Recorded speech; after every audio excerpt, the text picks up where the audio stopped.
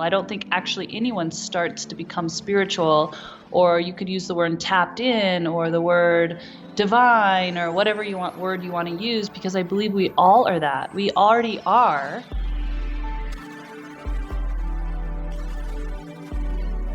Welcome to Radically Loved Radio. I am your host, Rosie Acosta, yoga teacher and teacher trainer, mindfulness coach, speaker, and creative writer. I am also the founder of radicallylove.com, a website where you can go for more information about yoga, mindfulness, meditation, and lifestyle advice. On this podcast, we talk to people within our health and wellness community that are creating content through the ritualistic practice of yoga, meditation, or overall mindful living. We hope to create value in your life so that you can achieve your highest potential and live a radically loved life. To stay in touch with us, just follow me on Instagram and Twitter at Rosie Acosta and on Facebook at Radically Loved Rosie. You can sign up for our newsletter on radicallylove.com to stay up to date on future workshops, retreats, and latest podcasts. This podcast is brought to you by Four Sigmatic.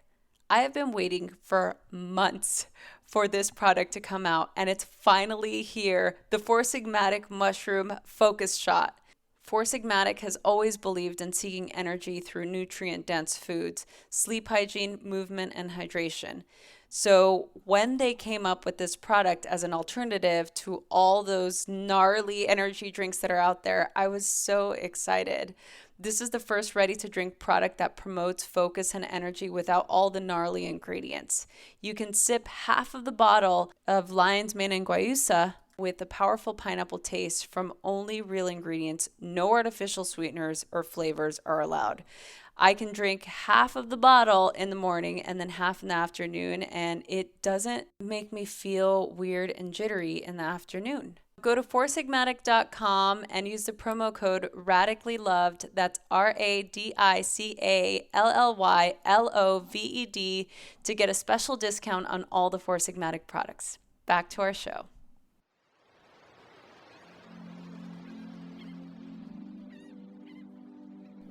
Hey listeners, we need your support. Help us by subscribing and rating to this podcast.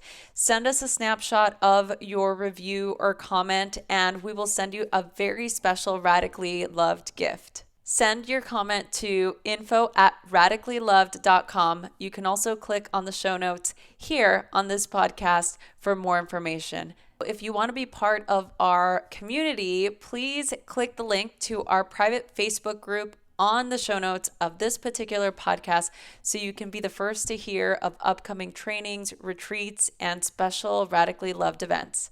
Thanks so much for listening.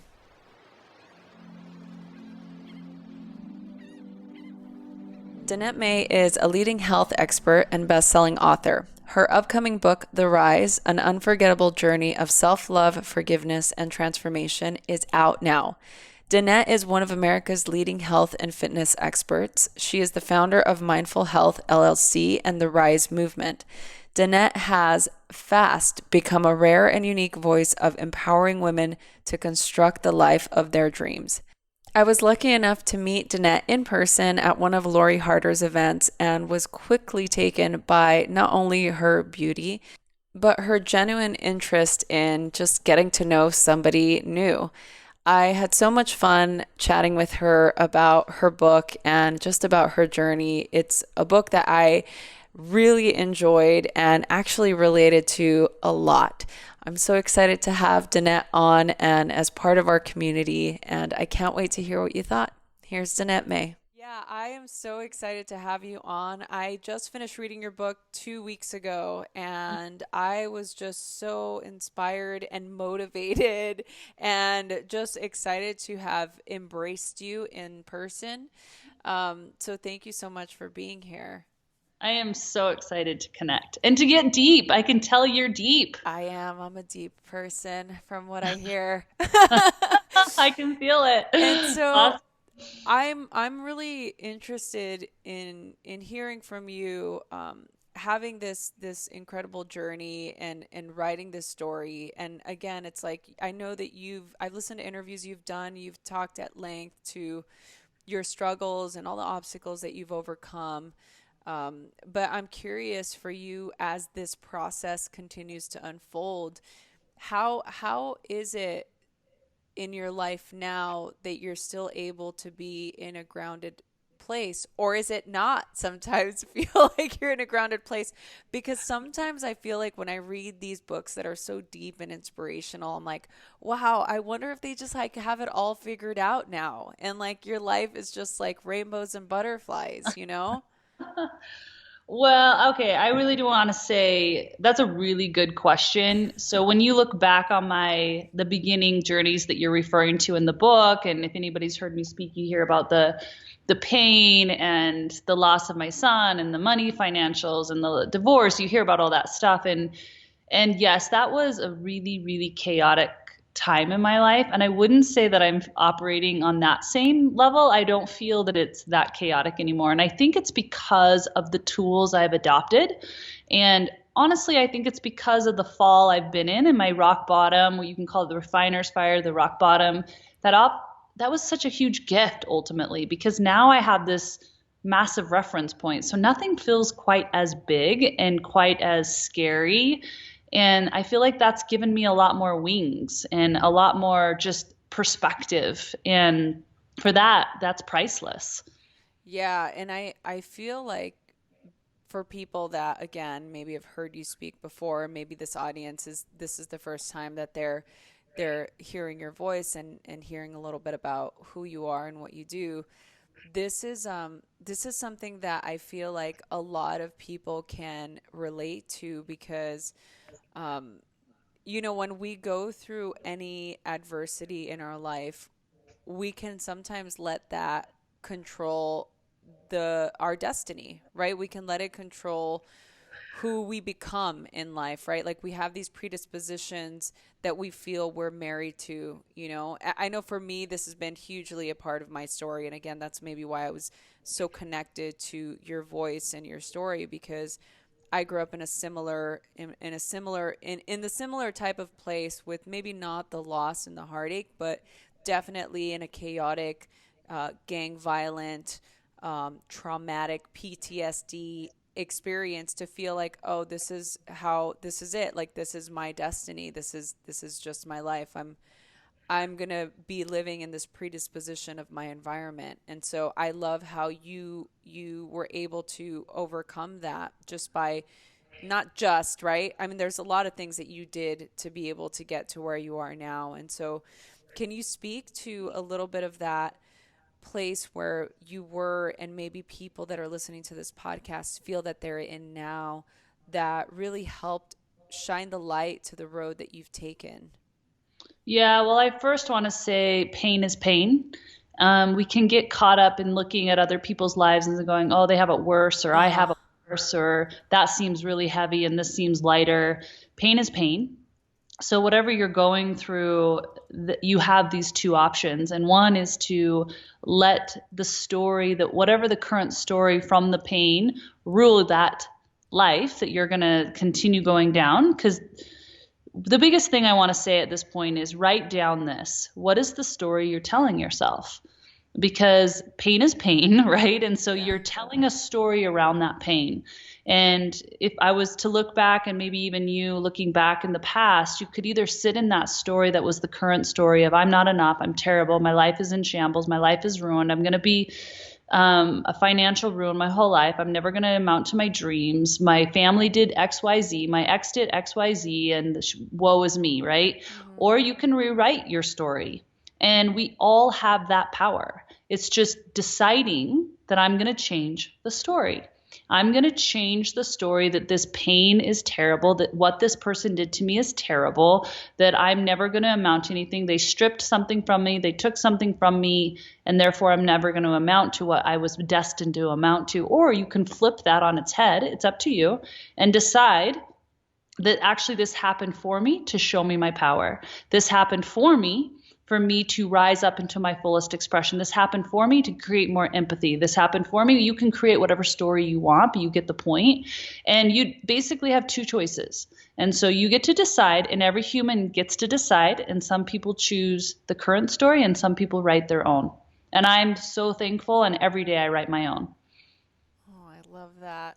I'm like, and that's it. That's the end of the interview, guys. I mean, she just really she just really broke it down. I love that so much because I feel like, look, when you're in the midst of that thick fog of the not knowing, I think that those are the best times to really change your perspective, right? And be able to look at the things that are working and the way that you can change your life. But I feel like sometimes when people have this, I call it like a faux desire for change, because they really want to change, but all they keep saying is the negative things and how things are not working, and Yep. they're trapped in that downward spiral, and might not even realize it, right? Where it's like Well, an, go ahead. yeah, Yeah, no, I want you to yeah, speak you to don't that. realize it. And it's funny you're saying this because even today, I'll like go out for a business meeting or I'll go out with some friends and or just even hanging out at the live event I did, and I will hear some of the words. Just really watch the words you're speaking. Like I'll hear this, oh, there's no good men out there. I can never get a good man. Or I'll hear I just can't get a break. Like I'm just struggling and the bills are coming in. Or, God, I always seem to never win. Like I put my name in for drawings and I can never win. I'm like, oh my gosh, you're speaking the truth to whatever the existence is going to be. So Yeah. whatever you focus on, whatever you speak expands. So really watch your words. That's the first thing. And then watch the company of the words that the company you're around is speaking. So if you're hanging out with people that have that language, remove yourself from that type of company. And that takes Mm, bravery. That takes yeah. courage. Yeah. Oh my goodness. I want to ask you about this because this is something that comes up a lot. In fact, I've dealt with it myself, but putting yourself in a environment where you have people that are going to lift you up and support you and not make you feel like you're dragged down. But how do people get out of a toxic relationship or environment that's not helping them feel uplifted? Mm. Can I make this so simple? Get out. No, I'm just kidding. Yes. Like, what are you waiting for? So many people are trying to go through this door of transformation. Let's just imagine you have this door and you're trying to go onto the other side, and the other side's positivity, and the other side's taking a hold of your dreams, and the other side's doing things that seem so big and different than what you currently do. But so many of you are so busy worrying about packing on family members and friends and having them want to pass through this door with you, and you've got them hanging off your shoulders, you got them hanging off your arm, your leg, and you don't fit. You can't get through that transformation door. It's just too bulky, too everyone's hanging off you. They're not going in single file. And so many of you are so worried about bringing everyone along. And the truth is, you just get to enter that door. You get to experience that door, and then you can call from the other side and be like, "You're welcome to come in here too."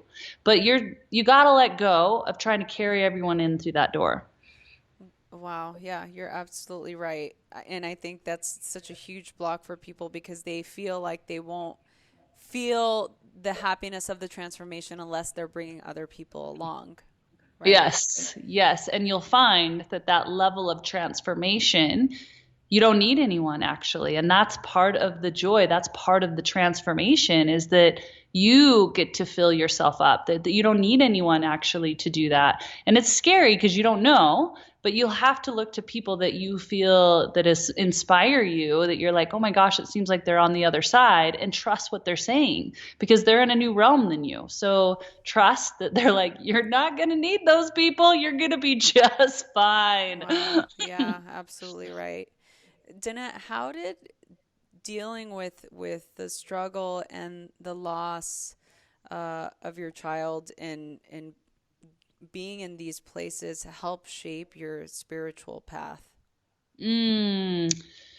Okay, so a question I've gotten asked, I'm going to expand on what you just said because a question I've been getting asked is when did you start becoming spiritual? Mm, And I was like, wow, this is an interesting question because I don't ever think I started becoming spiritual. I don't think actually anyone starts to become spiritual, or you could use the word tapped in or the word divine or whatever word you want to use, because I believe we all are that. We already are. It's just unlayering it and proclaiming it, right? Because we already are. So it's never like I became more spiritual um, through the death of my son, what happened is I truly believe that his passing woke me up. It woke me up that I already had that inside of me. It woke me up that I already had intuition. It woke me up that I wanted to actually live. It woke me up of the pain and going, oh, I'm not operating in my true living. I'm operating in other people's living. And so to me, it's not that I stepped more into spirituality. It's more that I remembered. I remembered. One of my dearest spiritual teacher friends, he passed away last year. Michael Stone, he's a great Buddhist teacher, and he would always say we practice because we forget, right? And Mm-hmm. so, and I love that because I think that's exactly what you're saying. It's like we practice because we forget, and to expand on what he was saying is exactly what you're saying. It's we forget what we're already awakened to, right? Yes, so good. I love that. It's so true. It's like we don't need to be taught, we just need to remember. Yeah. So, and when you wrote this book, so it's called The Rise, and tell me why you decided to call it that. Such a good question. Wow, I've actually had no one ask me this. Oh. And I didn't, I everything in our business, we do kind of marketing polls and we always have some type of understanding of the market and what they want. And the title of this book had none of that. And so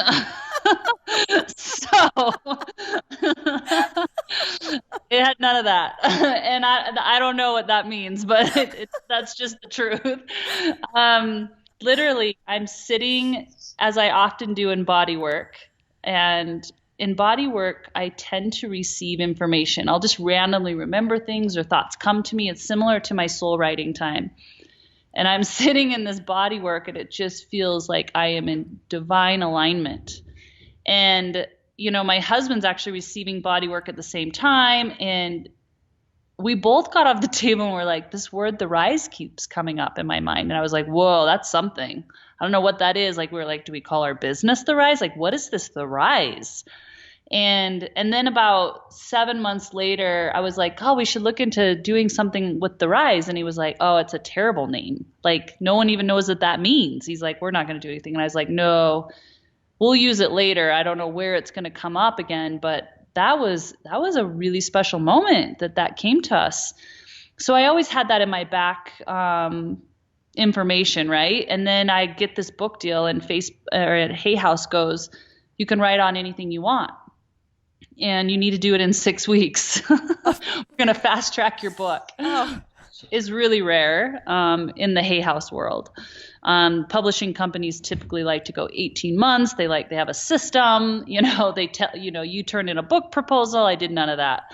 And so I didn't know what I was going to write about. And the logical part of me just wanted to write about all my programs and just the things that made sense.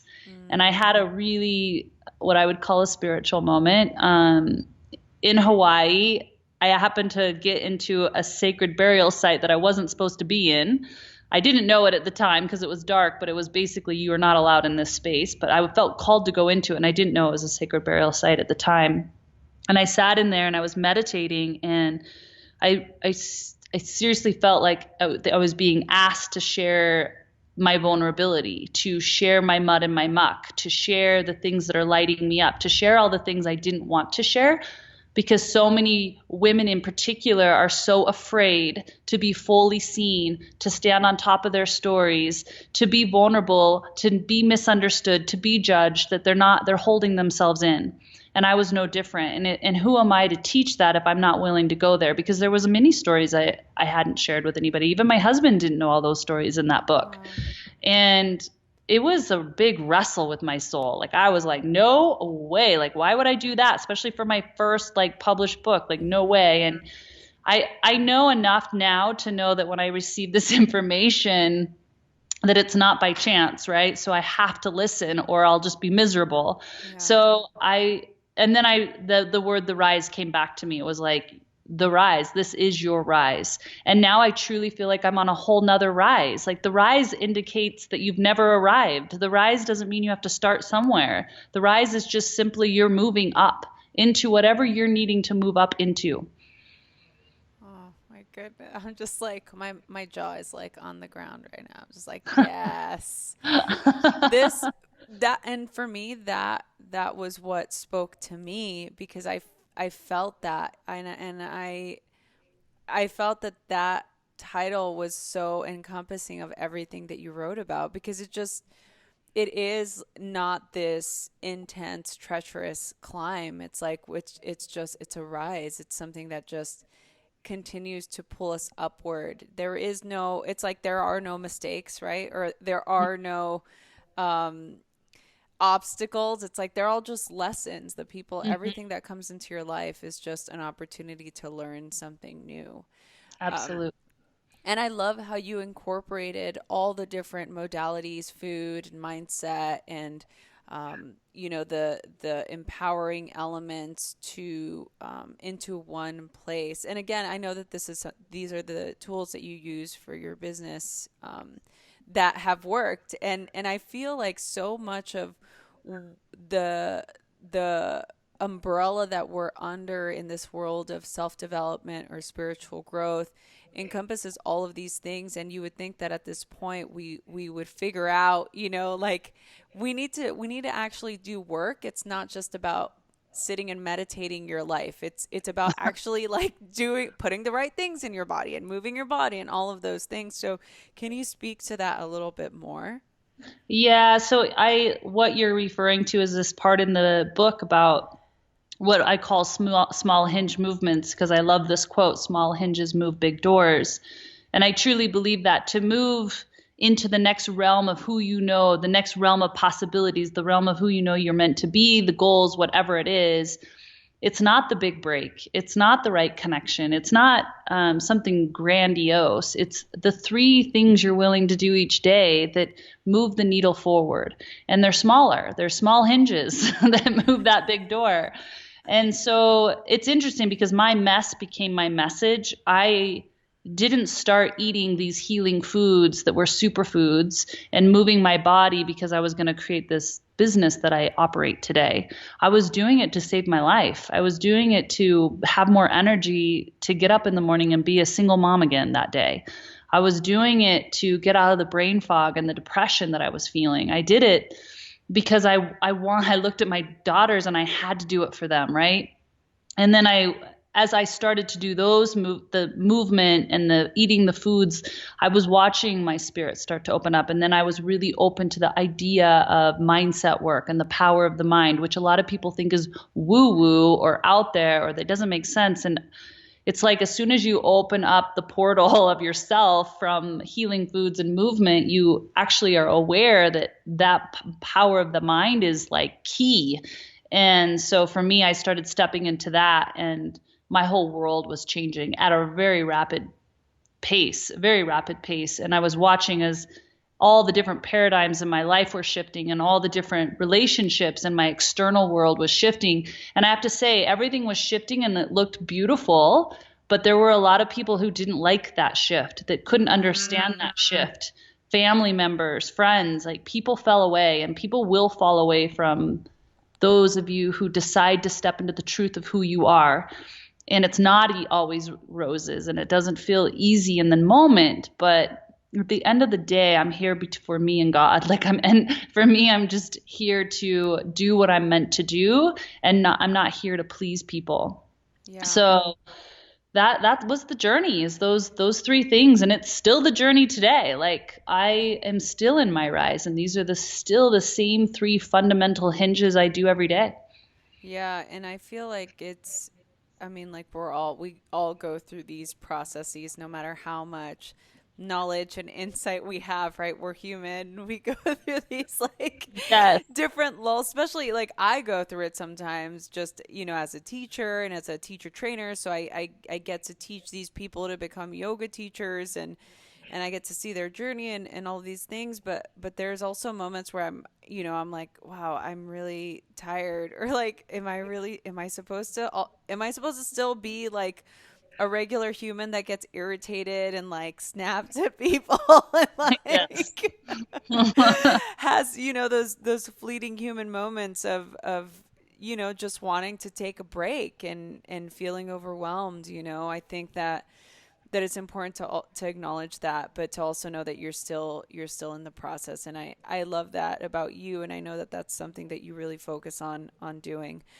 One of the questions that I had for you is in regard to just your entire journey, like as a whole, has there always been, or maybe I don't know that you've answered this, maybe you do speak to it at some point, but from when you were little to now, was there an undercurrent of like wisdom or a mantra of something bigger that you saw for yourself that's always been in either the your subconscious or in the forefront?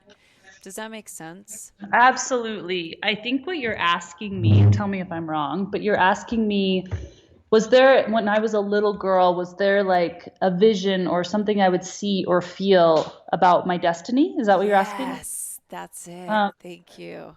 Absolutely, absolutely. I was raised with four brothers. So my visions as a little girl did not come because I had older sisters that talked to me about empowering women, right? I didn't even have a mom that did that, but I lived out on a farm. I had like really no neighbors. So this stuff was in me. I would visualize, and it's fascinating because literally live on top of a mountain right now where this is my home base where I go in and create my content and stuff. But I always would visualize that I would bring women to the mountains and I would bring them to reconnect with themselves. And I would see that I would be reaching hundreds. At the time, it just felt like thousands and thousands of women to remember the essence of who they are in the mountains. As a little girl, I would see this, but I always thought they were coming up into the mountain, hiking and connecting to remember their power. And I used to see this all the time and I'd be like, oh, and I didn't know how to word it. So I'd be like, hey, what's that called? And people would be like, oh, that's called a retreat. Or you're doing maybe retreats for women or something. And I saw that, but now I understand more what that vision was. It was bringing women back into nature, back into their essence. And it's on a global scale. And that's exactly what our business is doing. It's not just in retreat settings. It's online. It's wherever they're at in their communities. Yeah. Wow. I love that. And how was it, growing up with brothers and having that masculine energy? Um, I actually, and I love my family, so I'm not trying to harp on them, but it was a very chauvinistic type of home environment. So I grew up with the women having specific duties and the men having specific duties. And I grew up with women being primarily in the home and doing dishes, canning food, which was like poking forks in my eyeballs, sewing. And I remember maybe I was a junior and my class was going to South America. Like I've always had the travel bug, but we never even traveled. Like we were just it was very like old school. And the men and my mom never went out into nature and hiked and did anything. And so the men went out and would go hunting or they'd go out and do fun activities. And I'd be like, what? I'm asked to sew? Like, I don't want to sew. I want, and like, my mom would sign me up for sewing classes and I would sneak out to go jump on the trampoline. And then the teacher would call my mom and be like, your daughter's not sewing. She's jumping on the trampoline. And I'm like, I grew up very much like that to the point where we'd sit around the table. And if my dad said, hey, where's the ketchup? My mom got up and got the ketchup. So this was what I watched and Yeah. it definitely affected me. It definitely affected me a lot, but I think what it affected me to just get a little grittier on who I really am because like I had a trip planned. I wanted to go to South America and I had raised all the money but $200 to go. And I had asked my parents if they'd loan me $200 and I'd earn it back because no one gave out any money in our home. Like you earned every penny. And my dad said, you know what, Danette, you don't know how to can properly. You don't even know how to can beans, can corn. And he's like, until you learn those skills, you're not going anywhere out of the country. And I was like, unbelievable. And it was a really pivotal moment for me because Wow. I was like, ooh, when I get out of this house, I'm Yeah. trapped everywhere. Wow. Do you can now? Oh no. Oh no. Like that upbringing, it's the big joke in my family that I even wrote a cookbook because I was so rebellious and that I was like they forced cooking on me and I've had to now retrain that because I think Wow. there's a part of me that likes to cook, but I associated it with being controlled and Oh, having to be in the kitchen while the men were out watching TV or playing sports in the front lawn. wow. And I was so angry by it. Wow. Yeah. So how has this shaped you as a mother with your children? I laugh because I never pushed obviously cooking on them and they've watched me obviously build this career. My oldest daughter in particular has watched all the different avenues of our life from $47 to our name to what we have today and she is the type of girl that's like, I want to prepare the Thanksgiving dinner, all of it. No one helps. I do all of it. And I'm like, thank you, Lord. Like, seriously, how did I get so lucky? And then my youngest daughter is a massive baker and she loves to bake and she has so much fun with it. And I'm just so happy to watch that. And I'm glad I didn't pass that on to Oh my them. goodness. How old are your kids? Sarah, my oldest, is going to be turning 16, and my Okay. youngest is 10. Okay. So 16. Oh, so that's a pretty good. There, you've got still a baby and one that's going into Yeah, adulthood. totally. Oh my goodness. Well, so there I have got so many questions. It's like, where do I even go with this? Okay. As far as the current state that we're in, my belief is that we have such a great opportunity with the state of the world that we're in now to create a loving ripple effect and to be able to continue to teach and guide and learn and be students and just spread a message of love and support and community. And, I love that you do these events where you bring people together, and so much of what you do is really implicit of all of those things. What do you think the biggest lesson you want your daughters to learn Mm. is? The greatest thing I actually want for them, and I've felt this for a really long time, is the self love for themselves. I believe that self love is the greatest thing that we can do for ourselves and for the planet. We get wrapped up in talking about how we're going to help with global warming, how we're going to help, with war and starving children and plastic that's being Yeah. consumed. These concepts, and they're all good.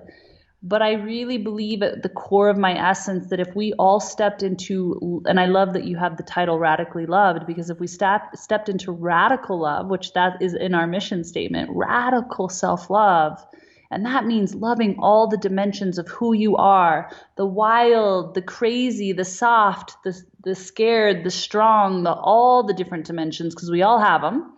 You are not who you think you are, honey. You are like so many dimensions. And if we could step into that, it affects every decision we make. It affects how we interact with people. It affects if we choose love over anger. It affects whether we judge, whether we create separation between someone who has a different religious view or political view or whatever different view than we have. It affects whether you buy conscious food or unconscious food. And so to me, my mission is really that. And that's my mission for my children, myself, and for everyone. Mm, I love that. What advice would Danette give her 15-year-old self right now if she was in front of you? Mm, trying to go back a little bit to my 15-year-old self. Uh, I feel like I had a lot of just beautifulness about me at that age. I think I built on a lot of layers in my 20s, actually. And they were kind of building up to about 12, 13, 14, 15. So at age 15, I would say that you're not responsible for how other people feel. Hmm. What would your 95-year-old self tell you now? Have fun, sister. Make it fun. Make it fun.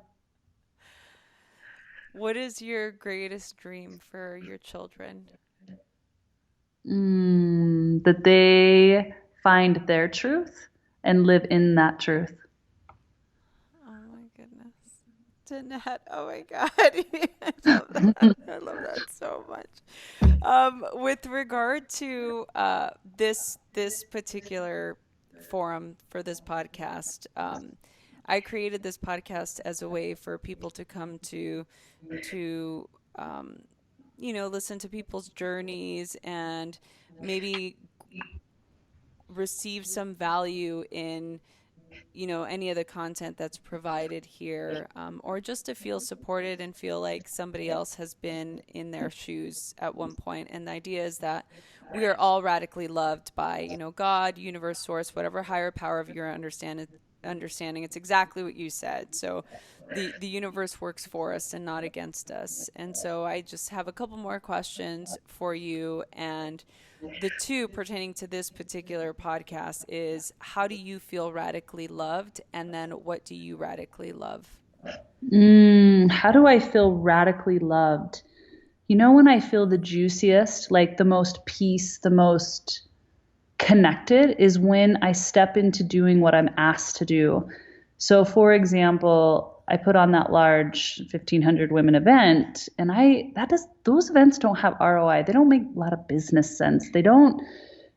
They're hard. They're like a year-long process. And I remember like 3 days before the event, just feeling so at peace and so connected to divine source, because I did what I was asked to do, no matter how hard it was or how much sense it didn't make or did make, that I just did what I was asked to do. And I feel the same about the book. Is like a lot of these decisions lately, I'm just doing them because I feel I'm asked to do it. And that to me makes me feel really like this sense of radical love. And what do you radically love? I radically love simplicity. I value simplicity. I see the wisdom in simplicity. What does freedom mean? Freedom. What does freedom mean? Freedom means living into your fullest expression. Are you just like a walking like Twitter quote like human being? Like, do you just like walk around like doing like tweetable quotes all day long? I feel like this is just I can probably follow you around for an entire day and just like be picking up all kinds of like wisdom nuggets. Danette, you're amazing. Okay, so I would love to keep you on for longer, and I definitely want to do a part 2 to this, but I want to respect your time. And I really want to just take a moment to thank you for everything that you're doing and everything that you've done. Your story has served to inspire millions of people, and I know that this is just the beginning of getting your message out there. And I know you've already created such a mass following and such a huge impact, but I feel so inspired by your story and what you do. And I just want to say thank you for doing that and for putting everything out so authentically and honestly and from your heart.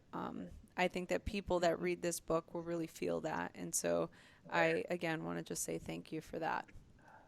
Thank you so much for having me on, and thank you for the work you do as well. And for all of you who are listening, thank you for showing up in your growth and tuning into this podcast, because wow, what a way to get your juicy nuggets of love on. Seriously. Right. Oh, I love it so much. Yeah. So for the people that are listening to Net and they want more information about, the book or the events, like where can they go for more information or to connect with you? Yeah, the book is out now, so you can get it on Amazon. You can get it at every Barnes & Noble, most bookstores around the world. But if you want a simple link that will take you to different bookstores in your area, just go to DanetteMay.com/book. So my name, DanetteMay.com/book. And yeah, you can find me at DanetteMay.com. You can find me on Instagram and Facebook at the Danette May. But I know the book, like you said, is going to give you way more than I've ever even given out anywhere else. So the book is going to give you so many tools, free tools. And just exact meal plans and workouts, and also just the stories for you to find your story and for you to start stepping into your power. Yes. And so for those of you that are listening, we are giving away 10 copies of the book that we have. Yes. Wow. So yay, right? Amazing. So if you're listening to this, you're one of the first people to listen, go on Instagram and tag both Danette and myself on this particular podcast episode.